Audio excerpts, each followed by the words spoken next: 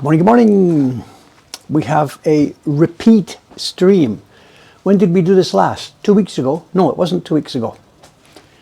December 9th or something, 9th or 10th. We did sizing on some paper, and the paper then became a bunch of woodblock prints. This is the process. The paper you saw me sizing here, something a little less than 2 weeks ago, has now become 100 plus woodblock prints. We usually do this for Kubota-san, right?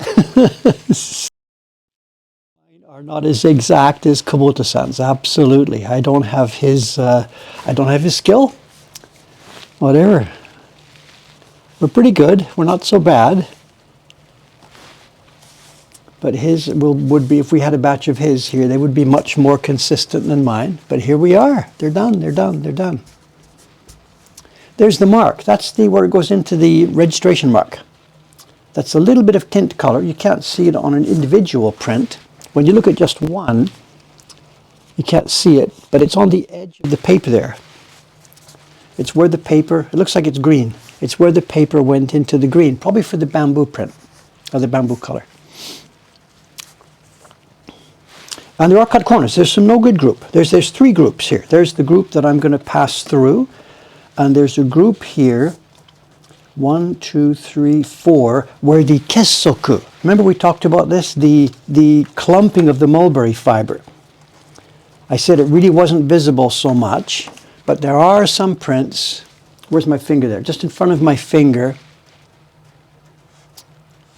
Do you see it in the sky? I don't know if it's visible or not. It's visible in real life. Some of the mulberry fiber has clumped up. Here's one.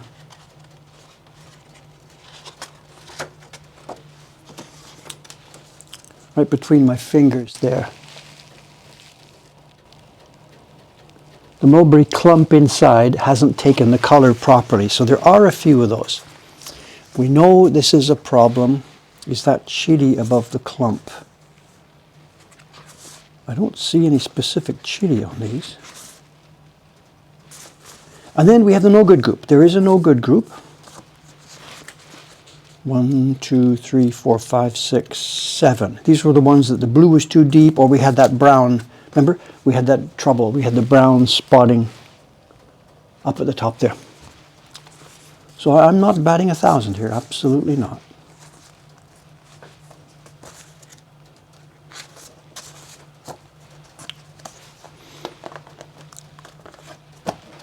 But we are up and running. The audio, I'm walking around today, so we don't have the stereo, and I've got it on my, do I keep rubbing it? Let's move it, okay. If I move it down, I'm sorry. Is that better? Move it down there. Testing, 1, 2, 3. If I move my head now, I'm okay. All right, sorry about that.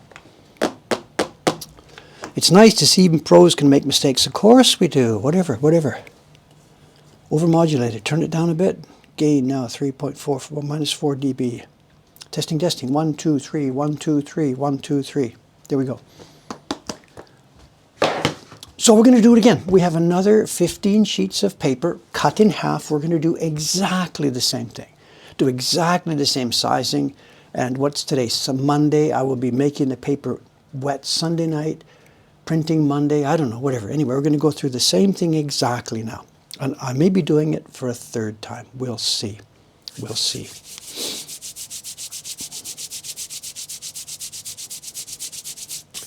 Okay, but first we have to make some dosa.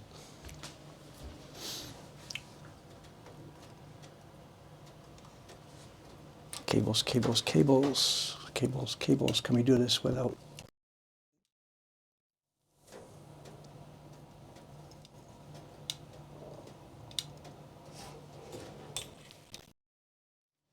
Are we on camera? Okay, let's do this.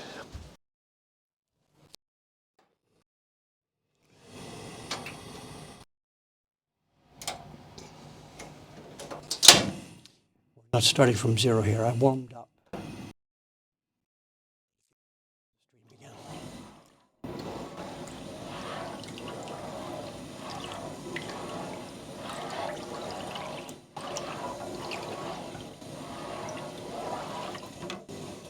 The glue is already in there. There's 3.5 liters of water here, half a liter here. The glue, 140 grams, is already dissolved in here. It's going to be 35 grams per liter. And we're going to dissolve in a minute. We're going to dissolve the alum in that one.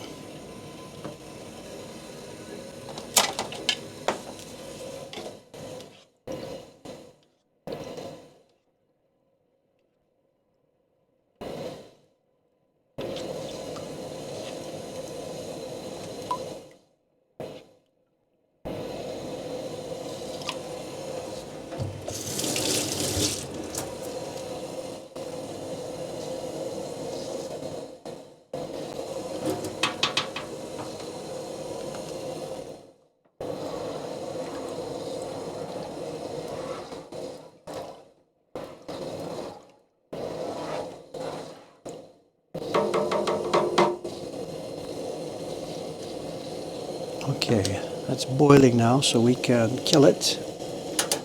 Dump in the alum.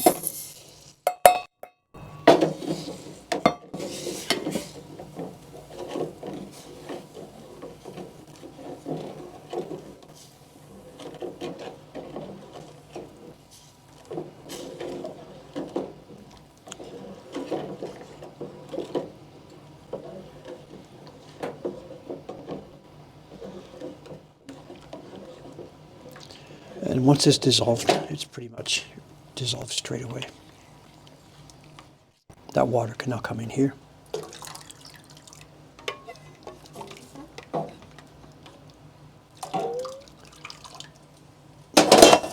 And we now have 4 liters, which contains 140 grams of glue, and I think it's 24 grams of alum. It's 17.5% of the glue weight.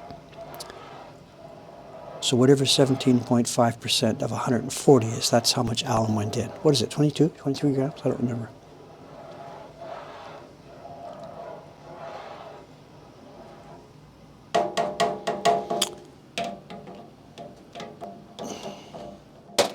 Let it pick up some temperature there.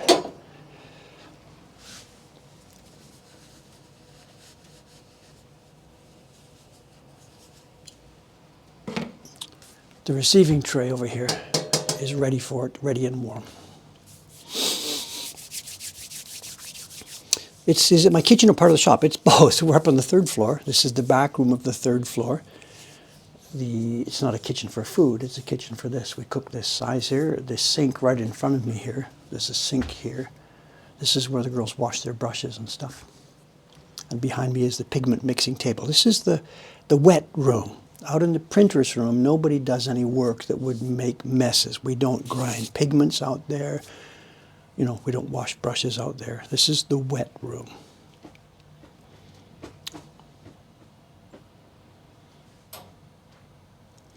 You've got the audio gate is a bit aggressive. Do you mean the attenuation is too much? We're too low?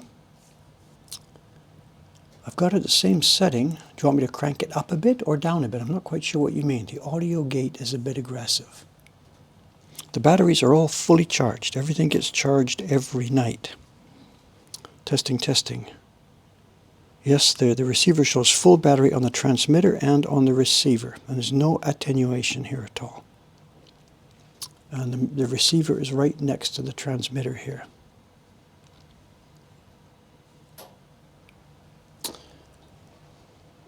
Am I too far away over there by the soup? Testing, testing. I'm now standing over by the soup. I can't believe that's too far away. Unless, there is a problem here sometimes with the Wi-Fi. If somebody's using the microwave oven here, of course it kills the Wi-Fi. But nobody else is here right now. How do we dry the finished prints? You saw the Instagram post yesterday. What I do, Dave, different from the other printers, I lay them on newsprint first for about 5 or 10 minutes, depending on the weather, to get rid of maybe half, 60% of the moisture that's in there. And then I put them in heavy boards stacked up. The girls don't care. They take the wet prints and just put them in the heavy boards stacked up. And the heavy boards take all the moisture, but the boards then start to get a little warped. I like to keep the boards as flat as possible. So I let, again, more than half the moisture evaporate first.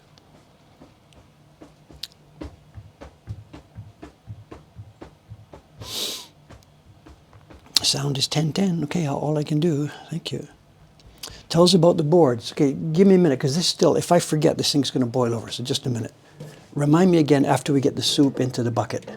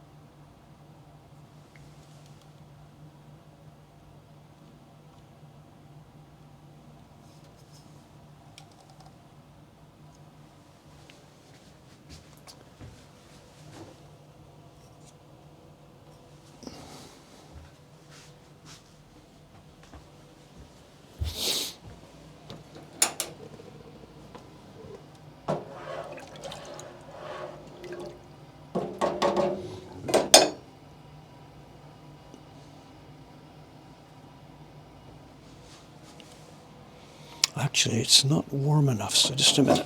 Let's change that plant. Let's cook it up a bit more here. Punch some more heat in.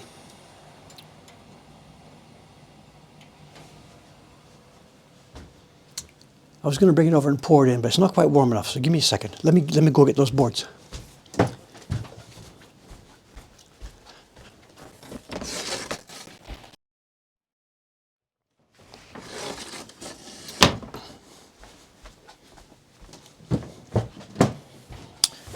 We've got about a bunch. We've got about 100 of these. They're thick board. They're how much thick? They're thick. 3 millimeters, 2 millimeters. 3 millimeters thick. I don't know what they're made of. They're gray in color. They're not cardboard. They're not paper. They sort of bend, but doesn't really bend. It's quite strong and thick. I don't know what they're made of. Some kind of pressed stuff. And they work really great. They work fantastic. They just last forever and ever and ever as long as we take care of them. Don't let them get dirty. And as I said, I prefer myself to pull out a lot of the moisture before shoving the prints in there.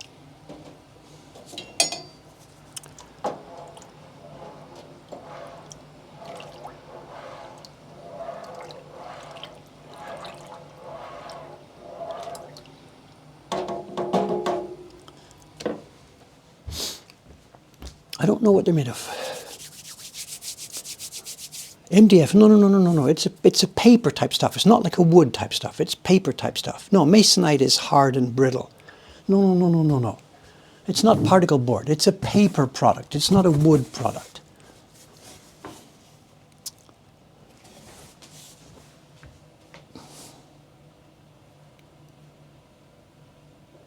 They're kind of a little bit soft. Like if I drop the end on it, boom, the corner will get damaged. I don't know what fin board is, I'm sorry. It's made from the crushed dreams of amateur paper makers. You can see the corner's a bit soft. It's like paper. I know this is not what I knew as chipboard back in Canada. Chipboard that I knew was made of pieces of wood that were super pressed together. Again, this is not wood in any way, shape, or form. It's some kind of light gray, pulpy paper.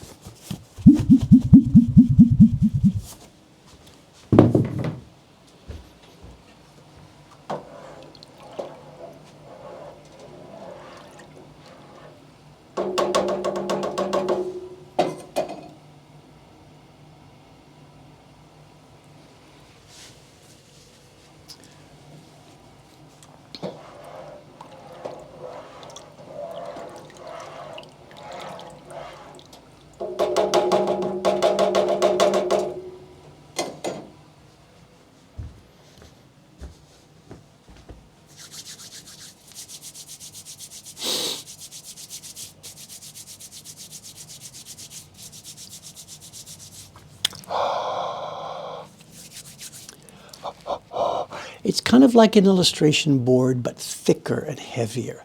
You know, we use illustration board here. It's about a millimeter thick. These are 3 millimeters. Okay, I think we've got enough heat there.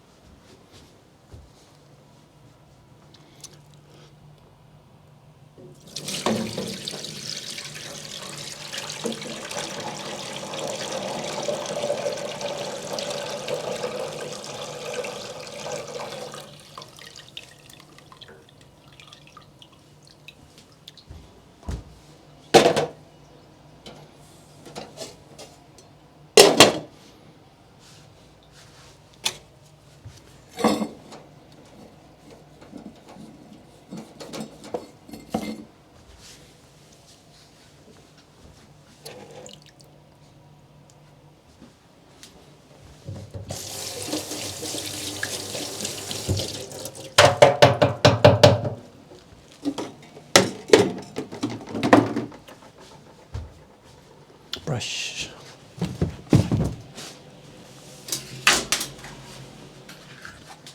Oh, whoever used this brush, who was it? Somebody a few days ago. They didn't wash it carefully enough. Nanda.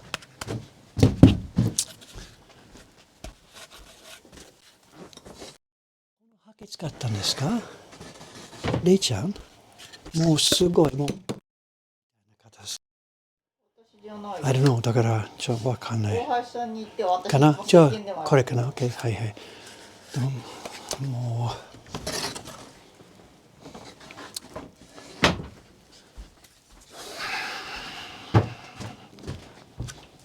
It's going to take a while. It's going to take 5 or so minutes. This is like concrete, whoever used it last.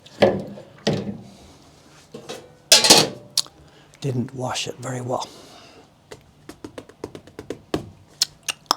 What shall we do?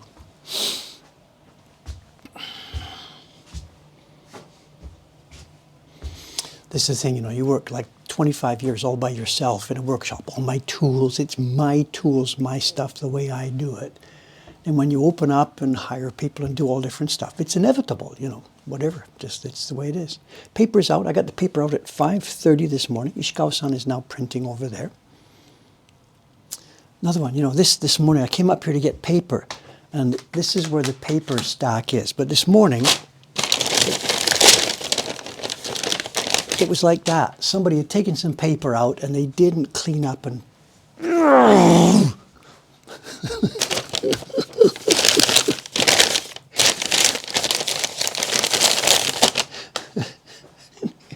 and they think I'm like this old guy who's always nagging them to do this and do that.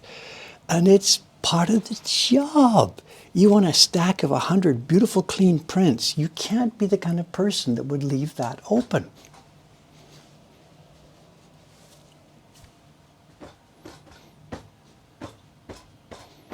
How can you be sure it wasn't me? If just no. Just no.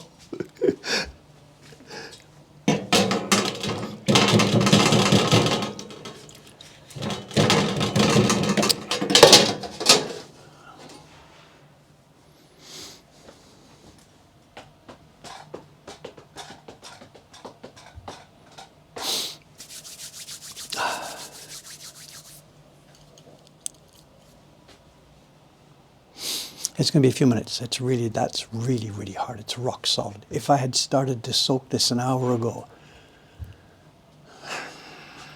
whatever, it'll be up. It'll be okay. A few minutes.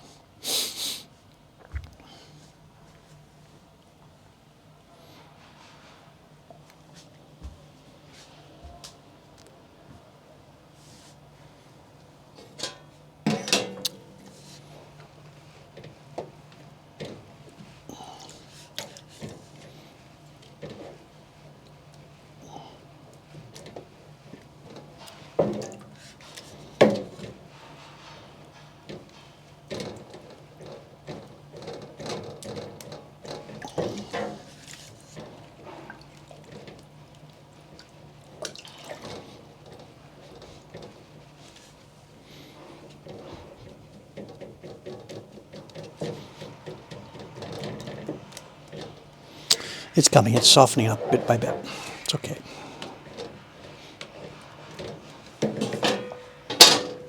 It's coming along.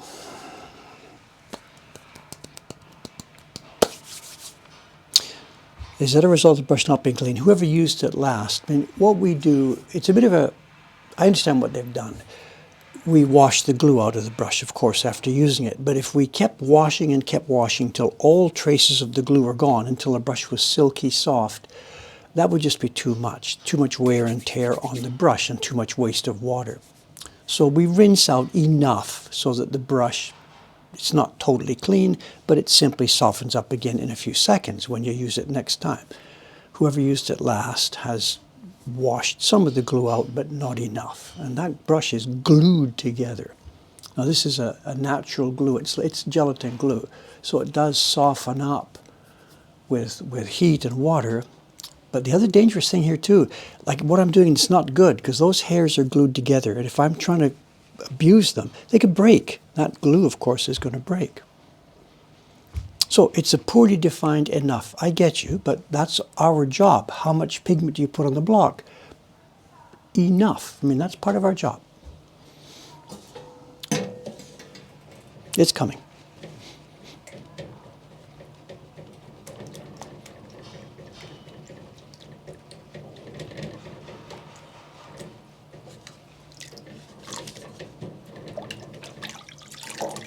The outer side is soft, but there's a core of hard stuff still in the middle.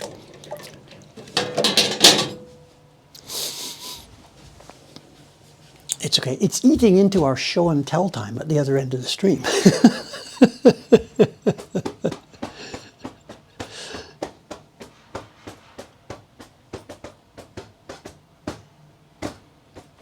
Were we not going to have shelf pictures this weekend? I got them. I'm sorry. The last couple of days for me has been something. Those of you who know, if you're a subscriber to our series, you got the email last night. The new subscription series is now open. I had to make all the websites and the emails and everything else yesterday. The video, I made the video, what was it? Today's Saturday. Tuesday night, I put it in a can. And all yesterday afternoon, I spent recording and editing the video and editing the audio. So the video is not quite ready yet. That's my job this morning while I'm in the shop. And the video goes live tonight at about 6 o'clock. 6 o'clock Japan time, the YouTube video and the subscription series will go open. Somewhere when I get back from dinner, 6:30 or 7 or 7:30. How's my left arm? I'm okay. There's no bad damage. I'm a printer. As I said, if I hadn't been swimming, I'd probably be in trouble now, but I'm okay. How many sheets? We have 15 sheets sliced in half, so I have 30 sheets to do here this morning. Okay, we're almost ready. Let's do this. We're good to go.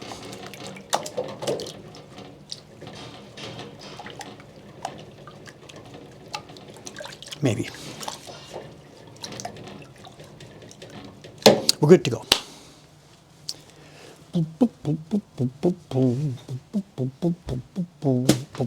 The deck has been heating up here. The hot carpet has been on since I got up early this morning, 5:30 or something. I forget what time. It has been heating up. The paper has... Oops, microphone. What have I done? Testing, testing. The paper has been heating here on the table. The room temperature, we're getting down there bit by bit. The room temperature here, or at least this is the temperature just above the hot carpet. So I don't know what the temperature in the rest of the room is. 14 degrees, 13 degrees. But that's right above the carpet, so this area is kind of warm.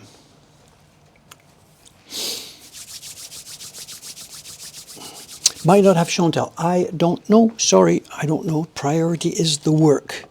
We have an interesting show and tell today, actually. It's some of the stuff that Watanabe-san found last week. And when I saw one of the things she got, I'm like, ooh, I don't know if I want to do this. She bought some prints that I think we might not be able to sell. Beautiful, beautiful, beautiful prints. Not so expensive either. Stunningly beautiful. But maybe we won't sell them. We'll talk about it at show and tell time. Ethically can't sell them. Ethically sourced woodblock prints. from the gold mines of Angola. Okay, here we go. BZN City has got it. You always have the answer. My God, you've always got the answer.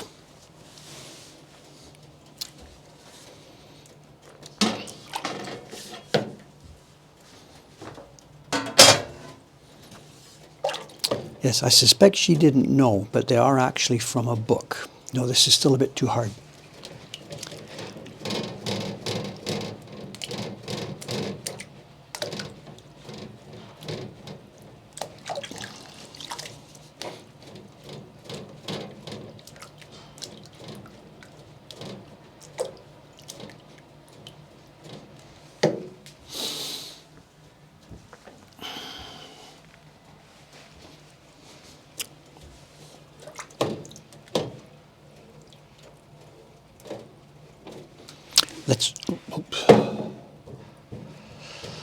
Let's roll. The brush is strange. Ooh.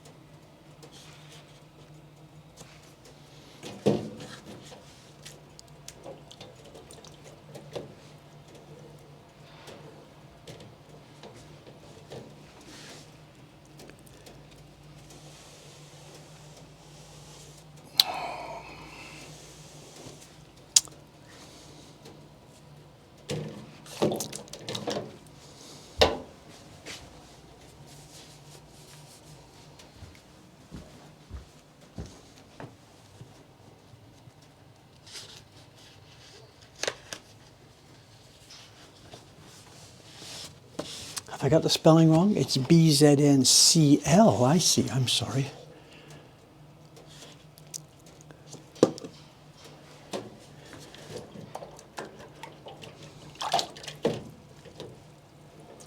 Somebody makes a username with no vowels. What are we supposed to do, you know?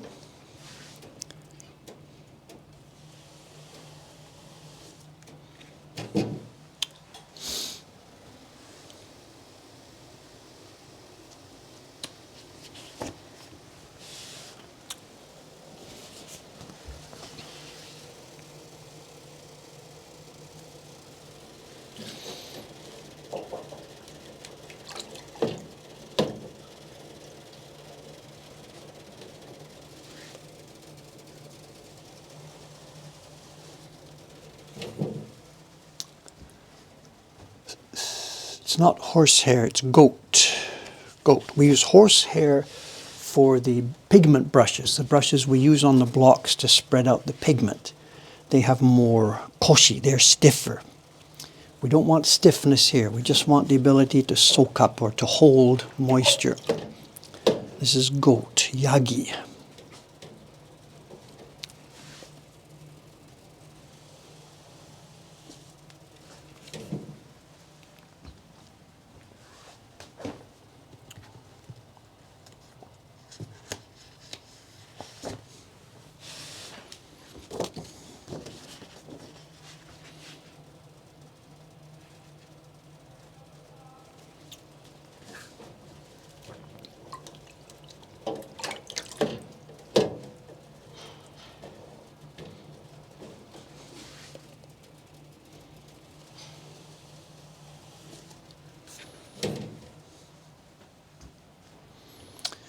Yeah, the water is hot. It's about 60. I think I've got it set for, what have I got it set at? It's set at 50 C, a little bit up, 55 C.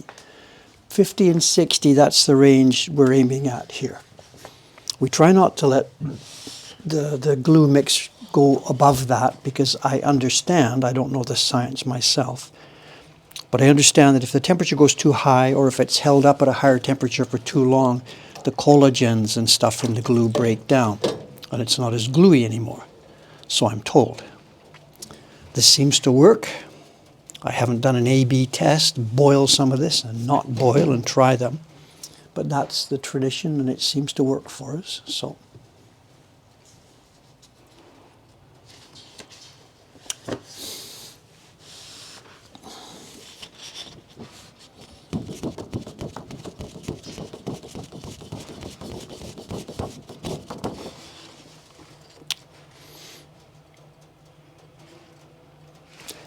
Someone says it should be at 58.2. It's funny, you know. It's the old. There's a book. There's an old book on Japanese printmaking published by the Smithsonian Museum in Washington. It was published when it used to be called still the National Museum. It was Washington, D.C. And the book was published in the 1890s, long ago, 130 or so years ago. I got a copy on my website for everybody can read it. It's called the Tokuno Book, Tokuno, a Japanese a Japanese person who supplied some tools and equipment to the National Museum in Washington for an exhibition back in the 1890s. And the museum people in Washington had contacted the Japanese side saying, we need some questions about the material you sent us. It goes back and forth and back and forth and back and forth. And the Western side, the researchers were trying to figure out how the Japanese prints were made and how the tools should be used. And they published their research document about this. And I don't know where they got their numbers or whatever. They asked various questions to the Japanese side. And among those questions would be something like, what temperature should, I remember though, it was what percentage, how much moisture should be in the printing paper when it was ready to print. And the Japanese side, to answer this question, must have said something like, enough. You know, you can't, how much moisture, because it's different on the day by day and the pigment and the block and the printer and your barren size and everything. It just varies. There's no single number. The Japanese side must have said enough. And there were some Japanese people over doing exhibitions there on these tools. And I guess the researchers on the Washington side must have at some point grabbed this guy with his stack of paper and tried to measure how much moisture was in the paper. And they came up with a number. I forget what the number is, but it's in their book. And they published this. The moisture in the Japanese paper for Japanese printmaking must be 37.256% or something like this. It was at least 2 decimal places and maybe 3. And when I read this all these years later, I'm like, you have got to be kidding me. 2 decimal places. And the correct answer is enough. How long should a man's legs be? You know?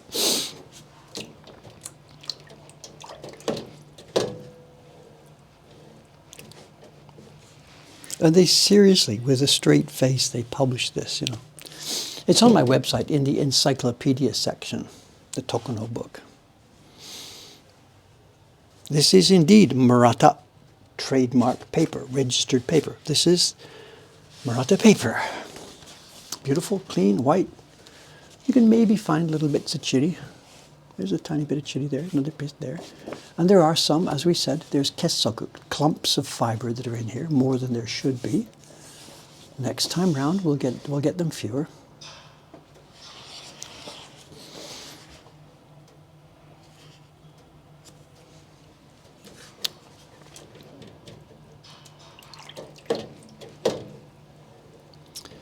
I have so much video now of Murata-san and her papermaking, but it's just going to take me time to get through this stuff.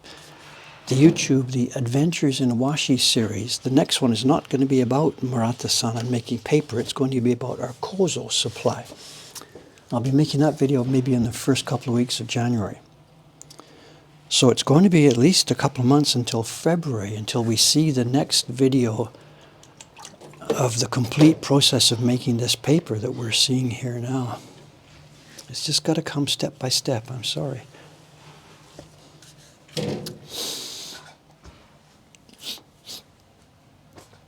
Someone's asked me about framing. I don't know. I don't do framing. We store our own prints in folders. We don't hang them up. So for framing, your best bet is just to talk to a framer. They know what's going on.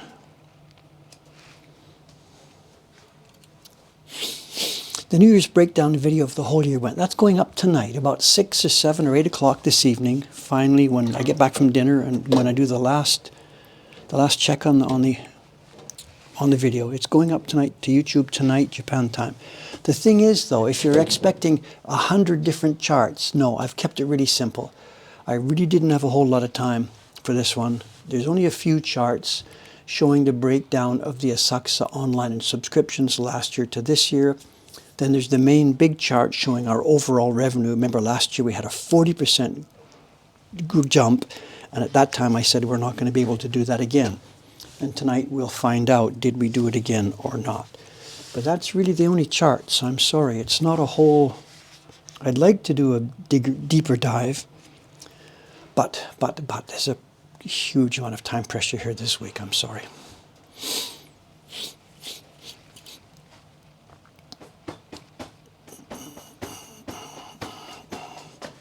Last year was 40, overall it was 40% up over the year. That was last year, the 2023 year-end update. And I said in that video, I said, I really don't want to do this again. Having a big increase and having numbers and winning the game and running up a high score, that's all very well. But that's not anything what this is all about. And it's so easy, and this has happened to me in earlier years. It's so easy to get hung up on the numbers. I want more sales. I want a bigger number, more money in the bank. That's not what this is about. But always you fall back into that. You check the numbers, you check the bank. And when it goes up, it's supposed to be good. And when it goes down, it's supposed to be bad. I'm really, really wrestling with this.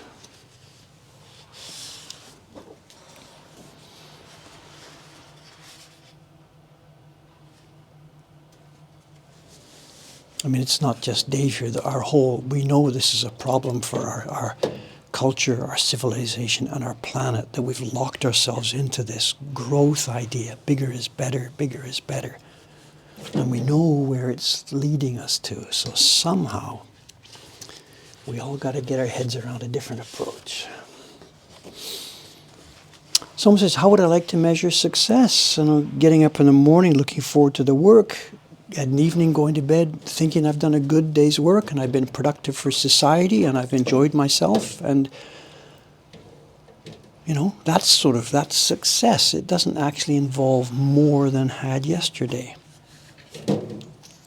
But I get it. I mean, I understand how this works, how capitalism works and how progress works. And I want to do something that hasn't been done before. I get it. That's why we're not swinging in the trees anymore. Is there a way to cut the paradox out, to try and improve life, and yet not to have our whole civilization based on growth? It's maybe not possible.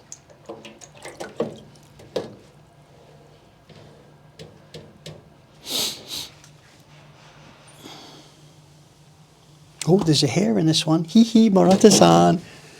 Curly.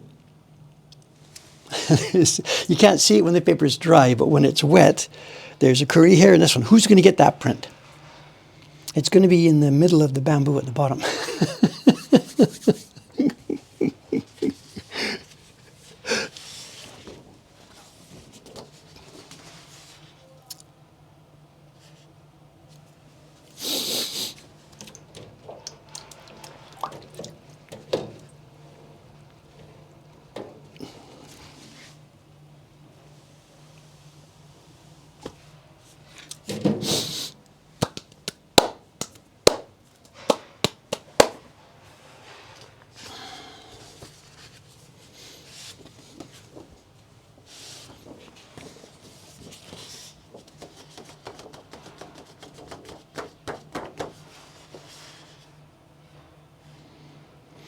How's the time? 8:40 or so. I think we're okay. Got a slow start, but I think we're all right.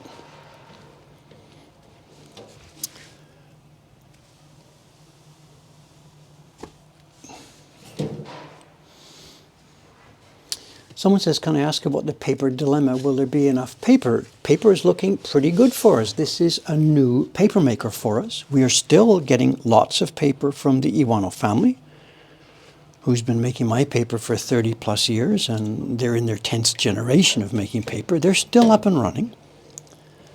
And this paper today is from a different workshop. We're talking about Murata-san, if you don't know the story, who's opening a new workshop to make very, very, very similar paper. So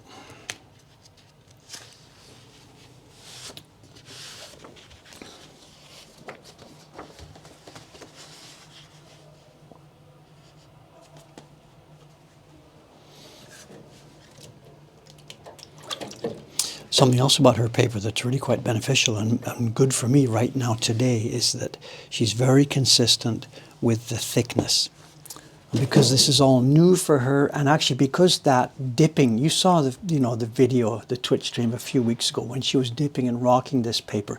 It's really quite a small size. So for her, once she gets the hang of the particular size, it's easy. So she's been really consistent with the thickness of this, one by one by one, as I pick them out here and put them on the table. And then one by one when I was making the prints the other day. They're really, really consistent, and that's so helpful to us. When we're doing the printing or this sizing job, if any particular sheet is much thicker than the one before, it would need a different amount of glue put onto it. And I would have to feel this one's thicker, so dip and get a bit more. Much, much more difficult. So I really, really appreciate her consistency. She's new at this. She's trying to do a good job. She's trying to kill it.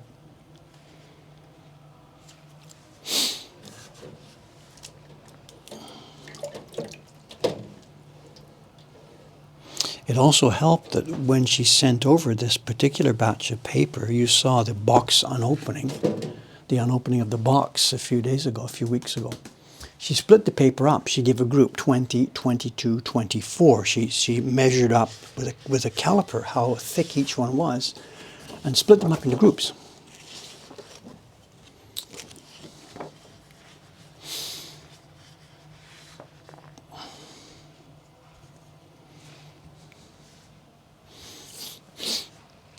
It's not that cold here. It's 13 degrees in the room and it's 50-something degrees inside the bucket.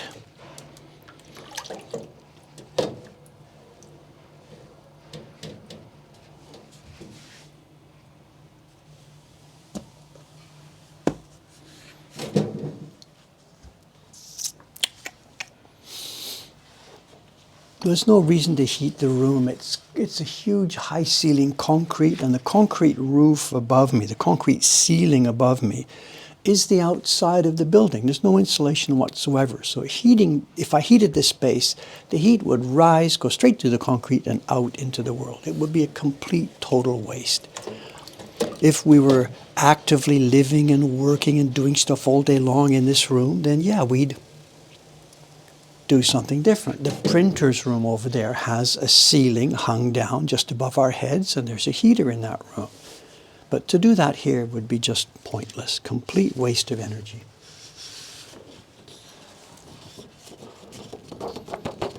We work in C here. The room is 13 degrees C, and the soup is between 50 and 60 C.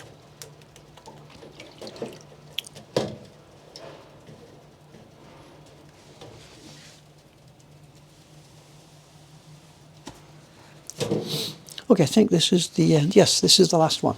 This is sheet number 30. Sheet number 30, we'll now flip it and we'll do the back side. So we're halfway through stage 1 here.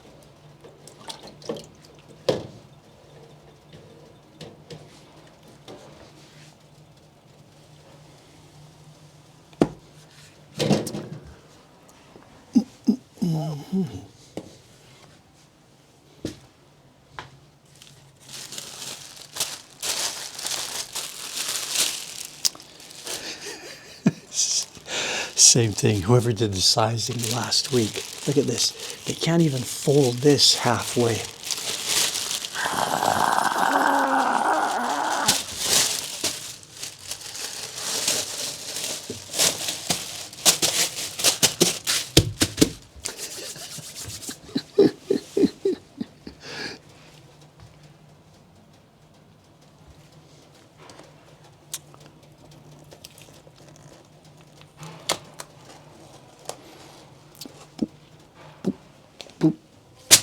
Boom, flipped.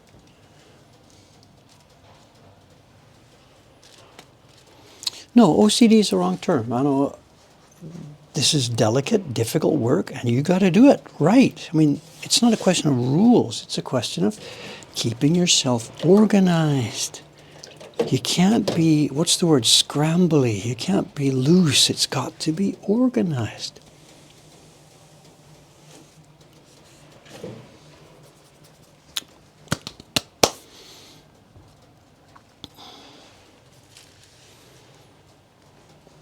And the more organized you are, the more carefully you do your work, the more that finished stack of prints is going to be more good copies, fewer spoiled copies, and more good copies that look exactly the same.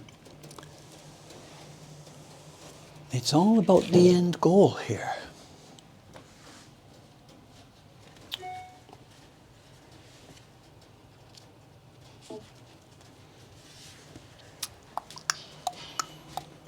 It's a little bit of a paradox because at the very beginning of our entire process, remember, we're making woodblock prints here.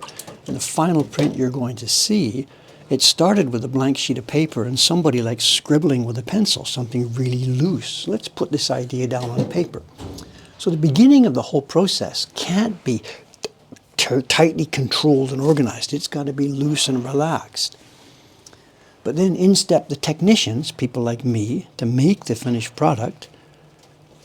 And that's where the thing kicks in. That's where you've got to be tight and organized. That's why this Japanese printmaking is so much more of a thing than, in my mind, than Western printmaking. We let the loose people do their sketching and do their stuff, and then the tight people take over to make the product. But somebody in a different environment who wants to be an artist by themselves and make tight woodblock prints, that's a bit of a paradox. The person who can be loose enough to do the drawing and come up with ideas and be tight enough to make the 200 copies or whatever. There's very, very few people on this planet, I'm sure, who carry both of those things, who can be both. Maybe a tight guy like me could do this and then get a piece of paper, get drunk and draw something or whatever. Maybe that's the way it would work. I don't know.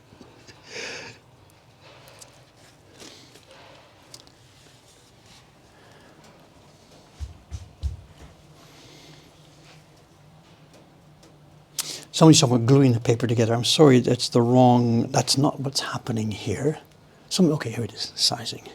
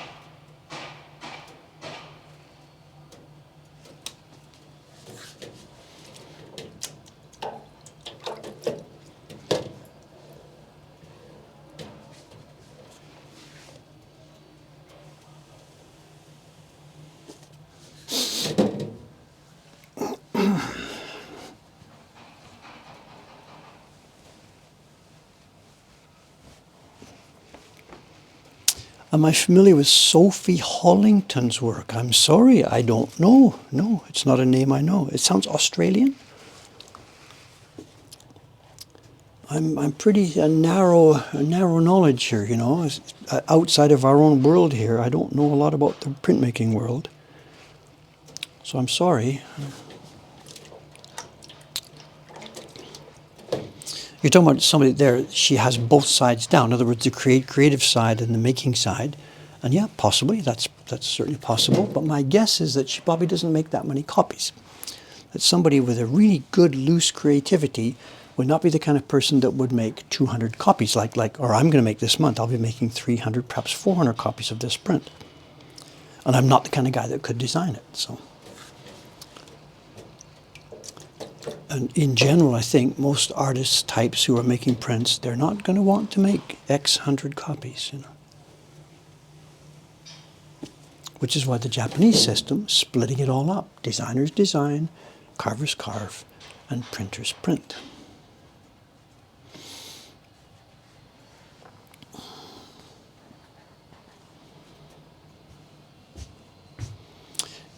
Canada, will we be able to buy the new series? Yeah, of course, just subscribe. I know shipping is going to happen once the post office is up and running again. I heard that the strike was over. They'd been sent back to work. When we checked on Friday, the Japanese post office was still not accepting. They said because of the backlog, sorry guys, maybe next week. So we still at the moment can't send to Canada, but you can certainly put orders for prints in. People are doing that anyway. So when we start selling this paper, we intend for it to be sized. I'm not sure what we're going to be selling in terms of Murata paper yet. We talked about selling paper a month or so ago. That was paper from Udatsu, the place Murata-san used to work. And it will come, if they ever get around to making it for us, it will come in two forms, raw and sized. And they are going to size it at that end. This Murata paper, if it turns out as time goes by that she can make so much of it that we have more than we can handle and we're selling it, it will be sold in the form you saw me open it today, unsized. And you'll have to do that yourself. There's no way we have the time at Mokuhankan here to sit here sizing paper for people who live on the other side of the world. I'm sorry. That's not my job description.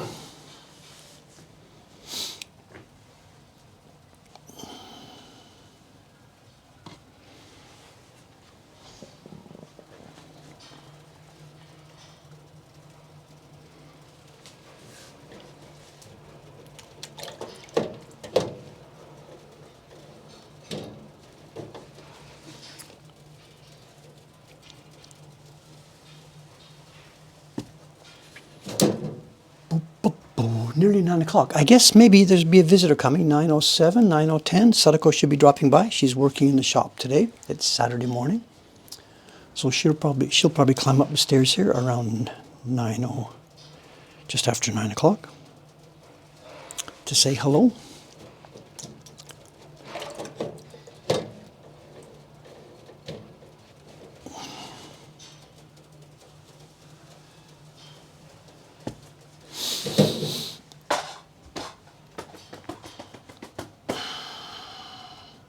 The paper is a slightly darker brownish tone than normal. Not really. It's wet here. I don't have a piece of the Iwano paper side by side to compare. We're looking at the back side now, so this paper is now thoroughly wet. The finished prints are not dramatically different from the Iwano prints that we make. Have any of the other printers tried to test size this paper yet? No. I've given them sheets that I've sized for test printing. So far, I'm the only person who has done any of this sizing.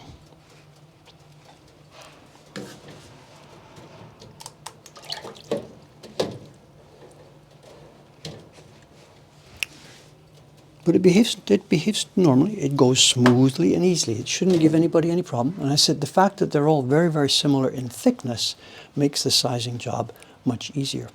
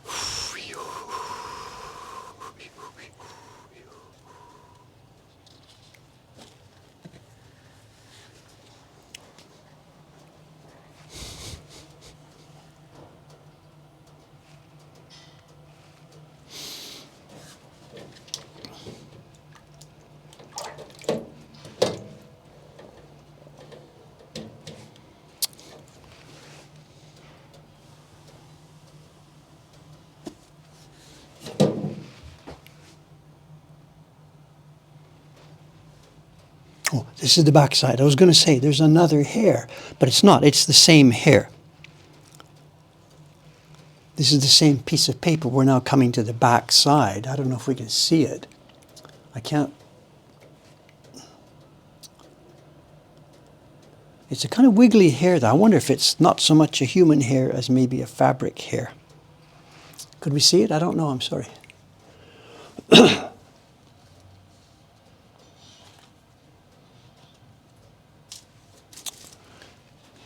What's your guess? A fabric hair because of that wiggliness?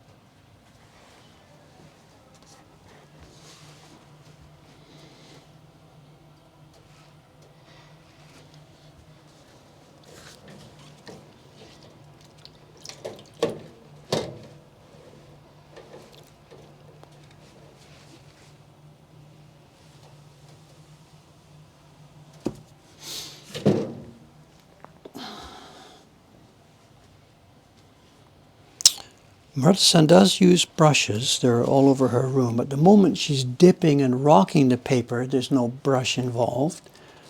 But once she takes the stack, after pressing, once she takes the stack over to the drying boards, the sheets peel off, go on. She reaches behind her, pulls a brush where she's got it stuck in her belt at the back, brushes the paper onto the drying board, sticks the brush into her belt, gets the next piece of paper on the board, brush, boom, boom, boom, boom, boom, back. So she does have brushes all over the place, but not at the vat.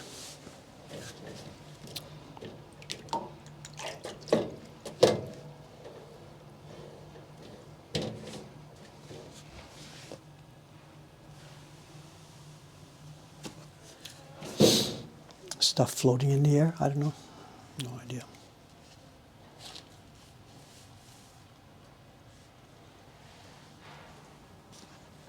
Subscriptions open up tonight, as I said. The video goes up about 6 or 7 or 8. I don't even know what time I'll get finished the editing and dinner. And the minute the video goes up, subscriptions also open up. I can leak a little bit of information. I know subscriptions actually have been open for the past 12 hours or so as an advance early bird. Current subscribers do get an early chance to subscribe, in case the thing sold out and we'd be stuck, early birds. So I can mention it to, we have 88. So at the moment there's 88 subscription requests from early bird people who are current subscribers. And there's no problem. We're going to be able to make, I can easily make 250. We could push it over 300. So it's okay. Don't panic. It's not going to be sold out, I don't think.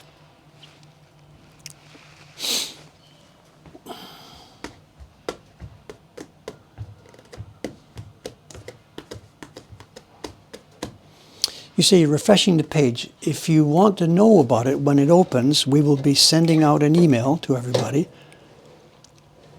And also I'll be posting it on YouTube, and I'll be posting it on Instagram this evening once it does open up. So don't keep refreshing page. Wait till you see the notice tonight.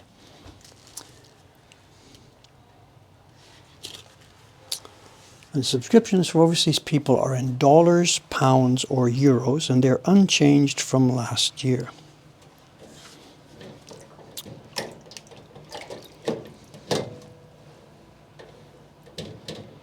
I forget what they are. I remember we went through it with the girls a few weeks ago. Do we need to change anything? We had to update two things. The postage for shipping within Japan had to go up because postage rates changed on October the 1st. And FedEx and DHL, both of them gave us new price lists for the new year. And our staff negotiated with our sales rep, and they hummed and hawed, and we got a rate for this and a rate for that. But yeah, FedEx and DHL, nobody's really getting subscription prints by FedEx. But from the shopping cart, yes. So those prices have gone up as of last night, actually. I raised the prices last night.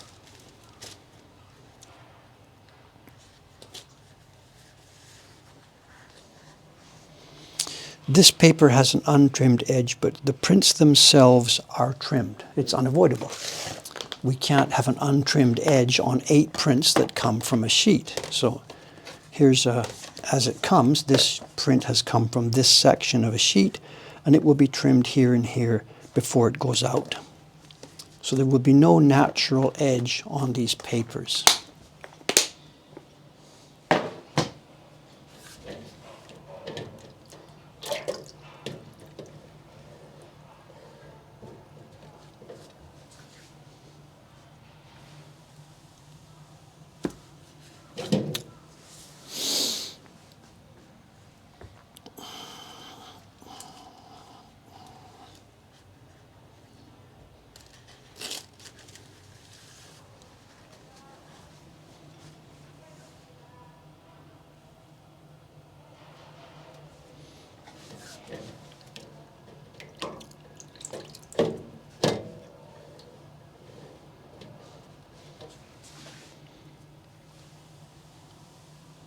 All right, I think we're pretty much there. We got what, one? Yeah, last sheet.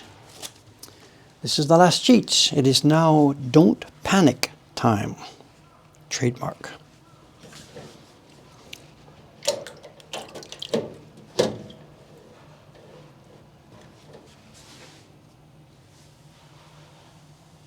Boom.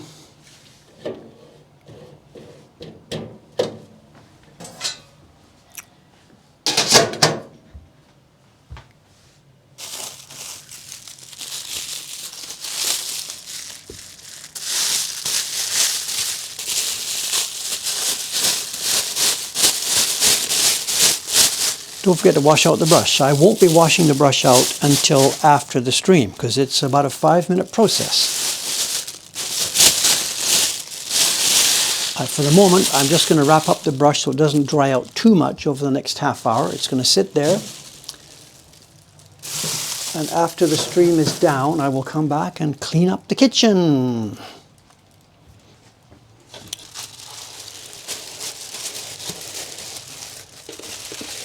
Fold up my plastic neatly.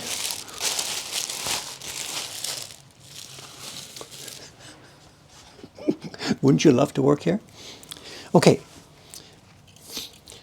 You know the drill. The mods can explain the drill. It's going to be a 3-stage process. Camera goes to the next room. Battery goes to the next room.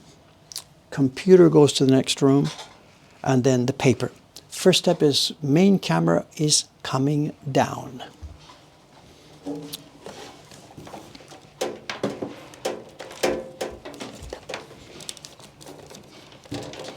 If I can unplug it.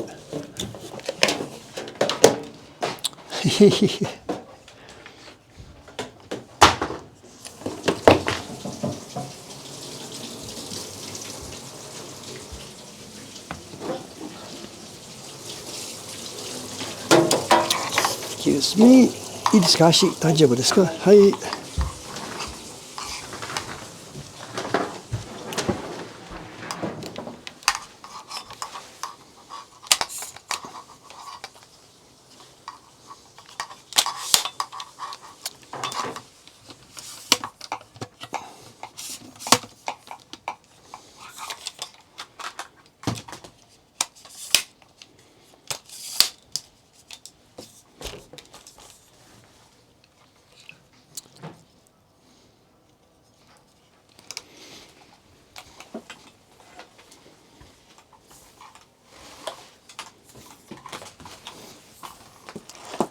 はい、ごめん。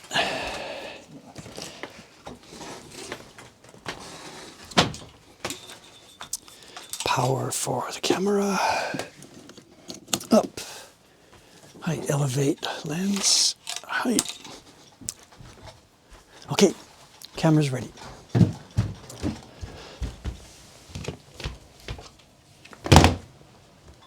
Next step, power off the computer. I think we should just be able to walk through.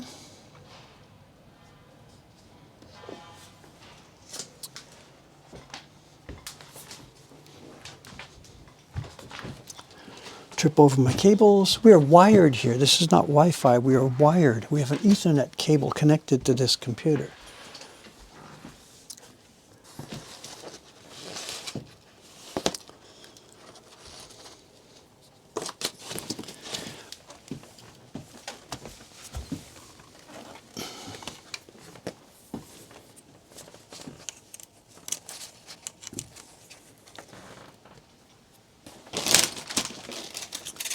Camera is back up.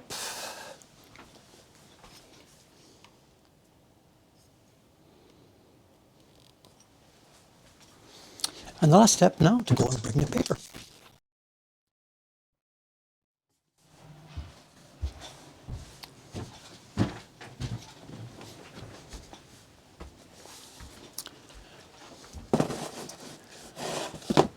One more thing to do. Don't forget to fix the text size. Yes, I'm on this. Thank you. Thanks you. No problem. Anybody can remind me all you like. AA large size. Here we go.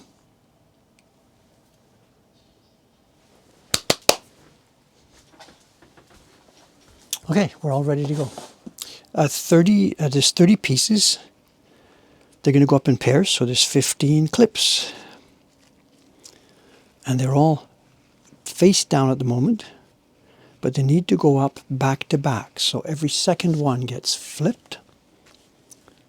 And this top pair is now back to back.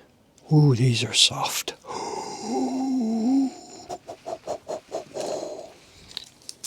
And we don't need all 3 clips today because of the size. We just need 2 in the middle. And up she goes.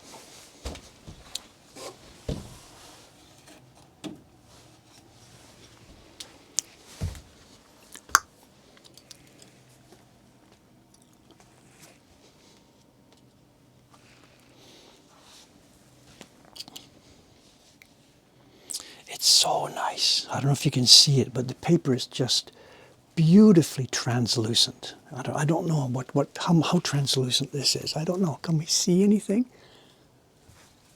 I can't. I've only got 2 hands here, so I can't. It's beautifully moist and translucent. Perfectly. Just perfectly.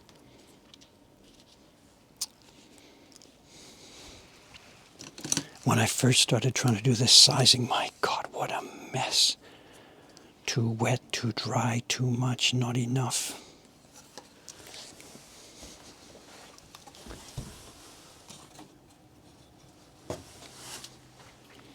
We have got this now.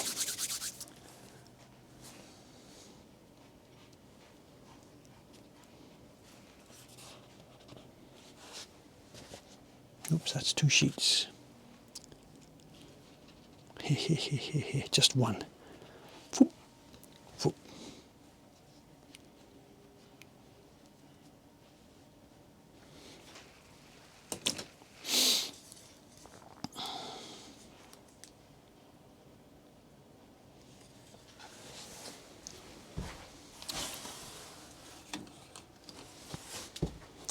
How is our time? It's 9:09. Okay, good. We will have a show and tell. And I guess any minute now there'll be a visit from Sadako, unless her train was delayed. She'll be up the stairs any second now, I think. She comes on the Chuo line, and lots of times the Chuo line has rush hour delays.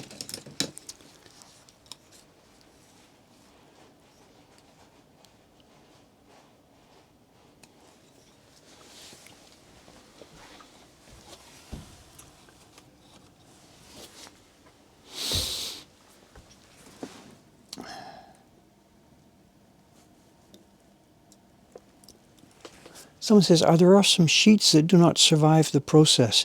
This is one step in our process that's pretty much always okay. The printing that I did the other week, I put 120 or so sheets in. There's no way I'm going to get 100 sheets.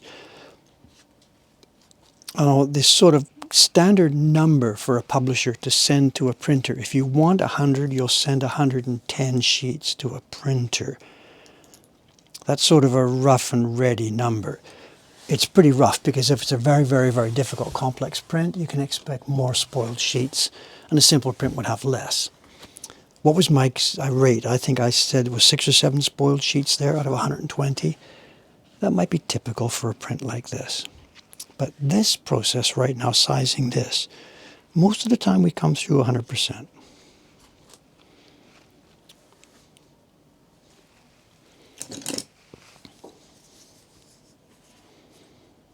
Not always, but most of the time.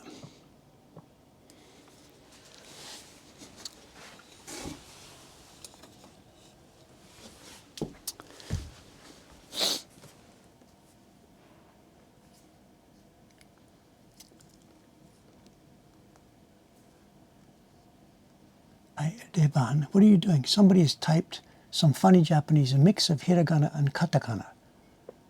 And it says, I guess it says Deban, but you've mixed different characters, so I'm not sure what you're trying to say. Deban, Deban.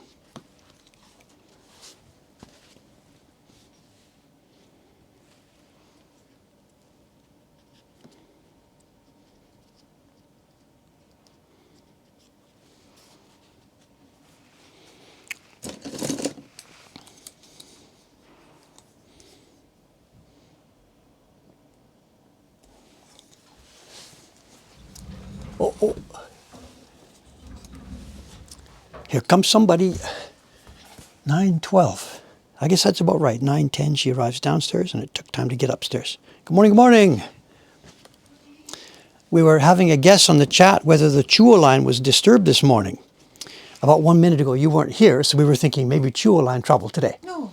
Well, no, so here you are, 9:12. So, but usually you come like 9:07 or 9:08, but Ishikawa-san is there. So.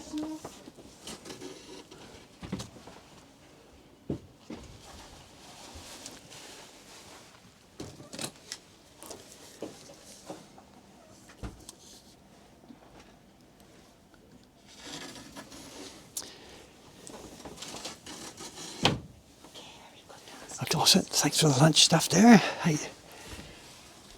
I know I'll be down. I got to finish up this at 9:30. I got to wash the brushes and things. I'll be downstairs. So thank you.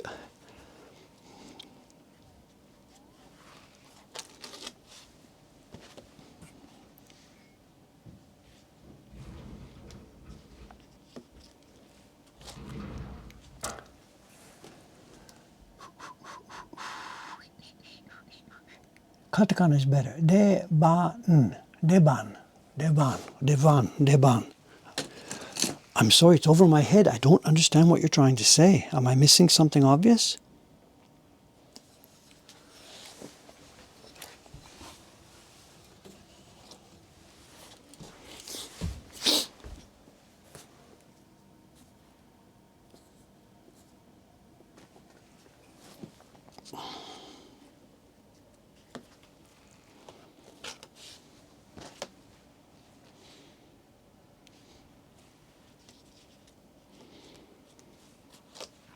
It's come out so nicely. It's so smooth.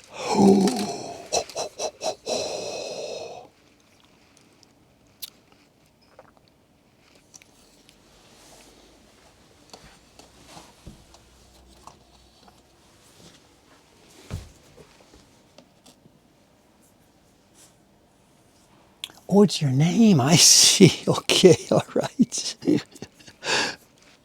Is your name, if you've got an L or an R, then it's a bit of a problem in Japanese, of course. The characters you gave me, what are they? Devan. Deban. The L and the R are a confusion, and B and V are a confusion. So you've got a tough name for Japanese. I'm sorry.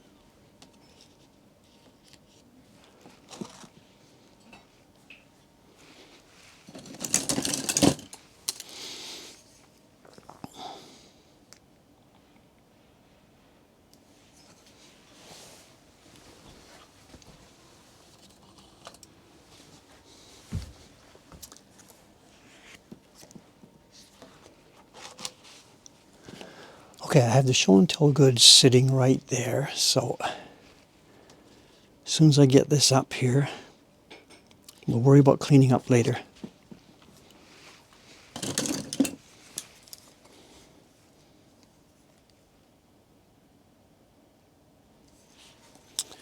And we've got three woodblock prints to show, and they are, what's the word you use when there's diamonds or gold they sell from somewhere? Conflict. Are these conflict prints? I don't know. Maybe I'm over-exaggerating this. I don't know. But I do have to decide what to do. Watanabe-san picked these prints up last week through the dealer networks. She didn't buy these at an auction. She got these through a dealer network, and some of those guys, I don't know which person it was or who did the bad deed, but the point being, as somebody guessed earlier, we have prints that come from a broken source. And normally ourselves, our house rule is we never sell prints that come from a broken book. We ourselves don't break them ourselves, but neither do we buy prints that come from that source, that are book pages. We just don't buy them out in the markets. If I see them in Yahoo auctions or whatever, I just pass. Even if the book was obviously broken up 100 years ago, you know. Anyway, here we are. That's done.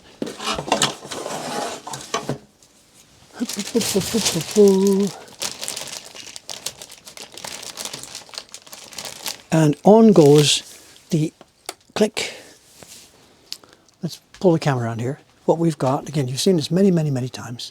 We've got a little tiny sort of room, just it's a plastic wrap, vertical and horizontal, and underneath there now there's a little humidifier spitting out, not hot steam, but it's spitting out a mist. And for the next 2 or 3 hours we will keep it like that so that this paper dries slowly.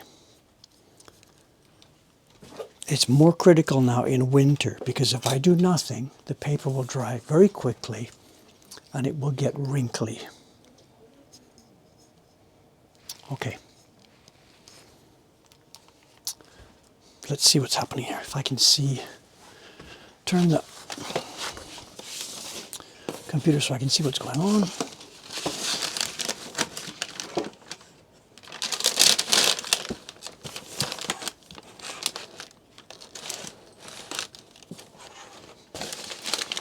I haven't broken the net connection. We're here, we're up. Okay. The tape doesn't matter. Tape can come off once they're dry. It's no big deal. Chat back to normal size. The chat's back at normal size. And we have this. Okay, this first is the book in question. We've seen this before. We've seen this a couple of times in these show and tells. I have 2 copies of this. Just a quick touch here. It is a reproduction made in the Taisho era of a book that was created back in the Edo era. So this is Taisho 5, June of Taisho 5. And the reproduction is of one of the most glorious books ever created in woodblock history. I don't know the original date. It would have been maybe 1780, 1790, somewhere on there. Somebody can get me a link on that. It's Shin Bijin Awase Jishitsu Kagami. New beauties, a collection of beauties in their own brushes, a mirror of the beauties in their own brushwork. And what it is, it's women from the Yoshiwara, and each half a page is featuring one woman with her attendants, another woman with her attendants, and each page has a poem and calligraphy by the woman in question. And we've seen this before. And what we have, of course, here today, the reason I bring this up is Watanabe-san has come across some individual sheets from this book. So she's found, if I can find the same page here, one sec.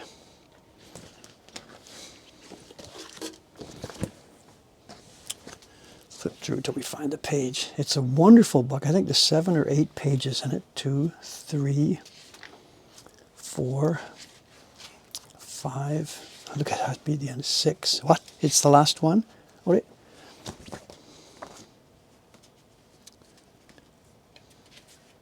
Did I skip? Did I skip past it?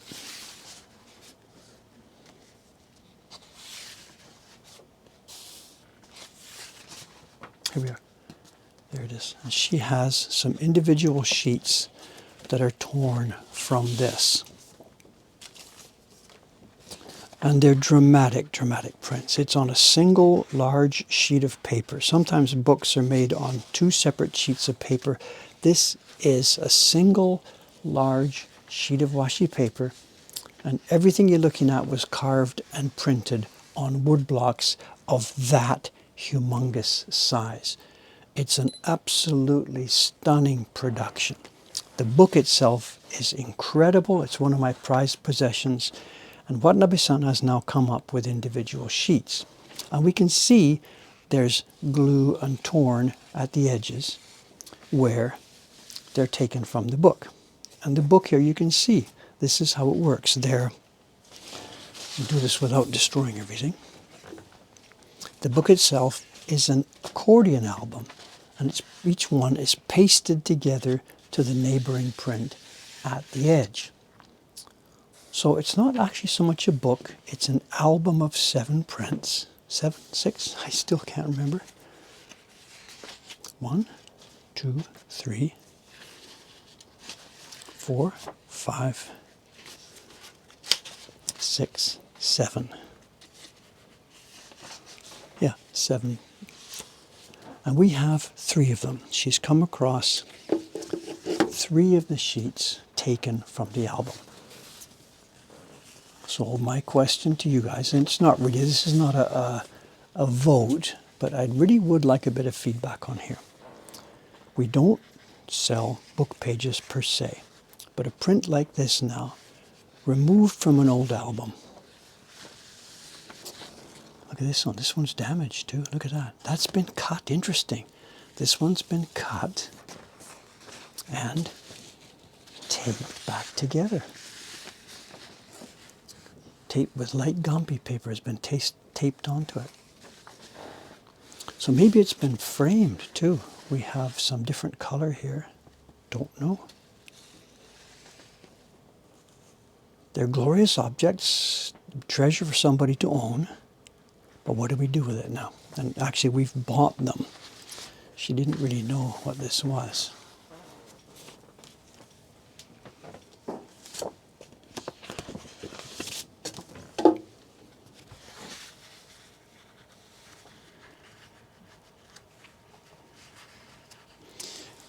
Another reason why these are in such good condition, of course, is because they're from a book. And books are not displayed. Books don't go in frames.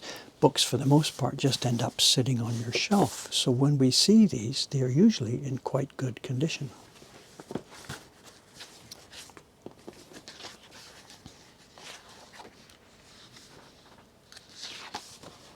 Where's that last one?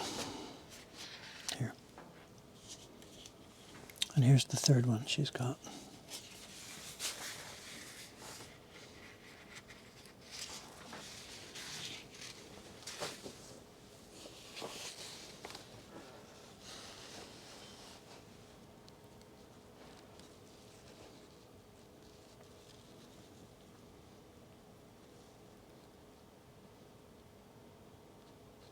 Incredible, absolutely incredible.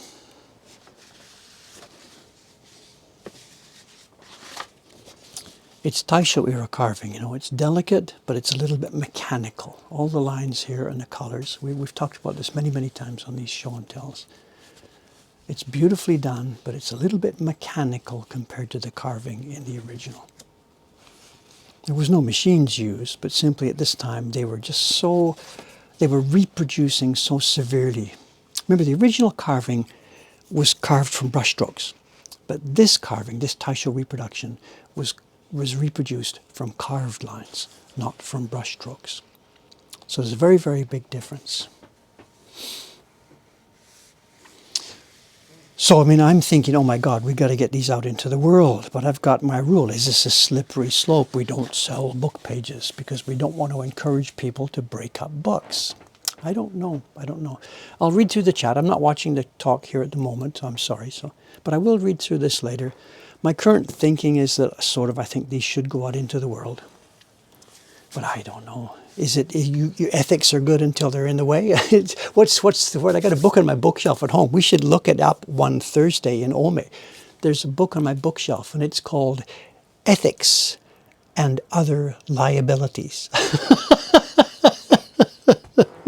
And this isn't anything to do with American current politics. This is a book I've had on my bookshelf for many, many, many decades. You look it up, actually, it's out there.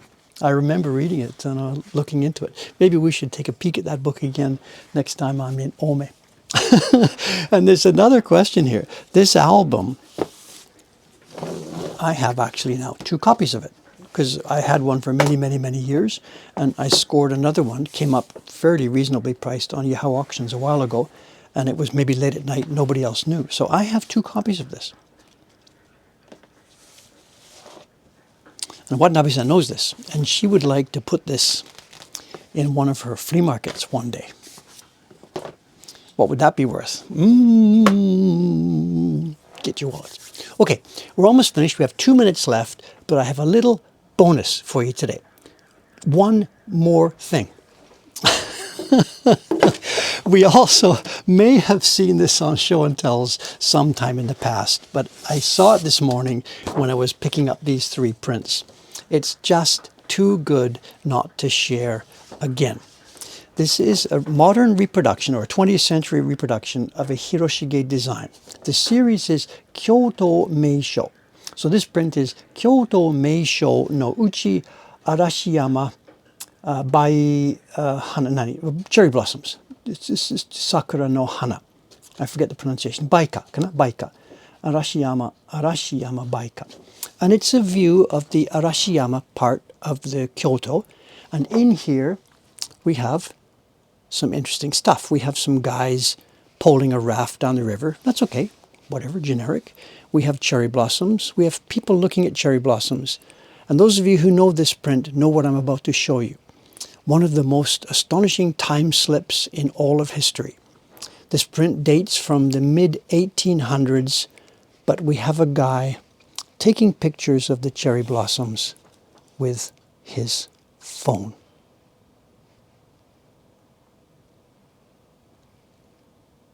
Now you tell me what is going on here. This is the mid-1860s. Can't tell if it's an iPhone or a Galaxy.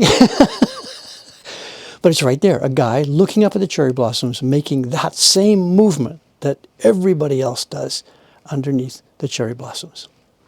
And this is the mid-1860s. You saw it here first. He's got a little black thing in his hand, and he's holding it up to look at the cherry blossoms. This actually isn't a very nice copy, a really beautifully made copy. Come on, camera, focus, you can do it. A really nicely made copy, it's much more clear. It's a guy with a cell phone. There's absolutely no doubt about it. Okay. And with that, we will leave today. Thank you very much for hanging around here. We'll have the next stream on Monday. I'm not quite sure what I'll be doing, because my next job for me will be making paper wet Sunday night, and Monday should be key block printing, but I don't want to do the key block printing on stream. It needs steady, concentration. I can print the colors and fool around and chat, but there's no way I can do the key block on stream. Whatever, we'll decide Monday morning. Anyway. Thank you very much. Okay, I am now out of here. I got to do some brush cleaning up and then get into the shop, do some video editing.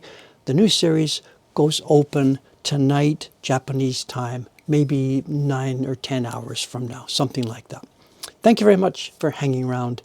See you next time. Bye for now. 3, 2, 1. Down we go.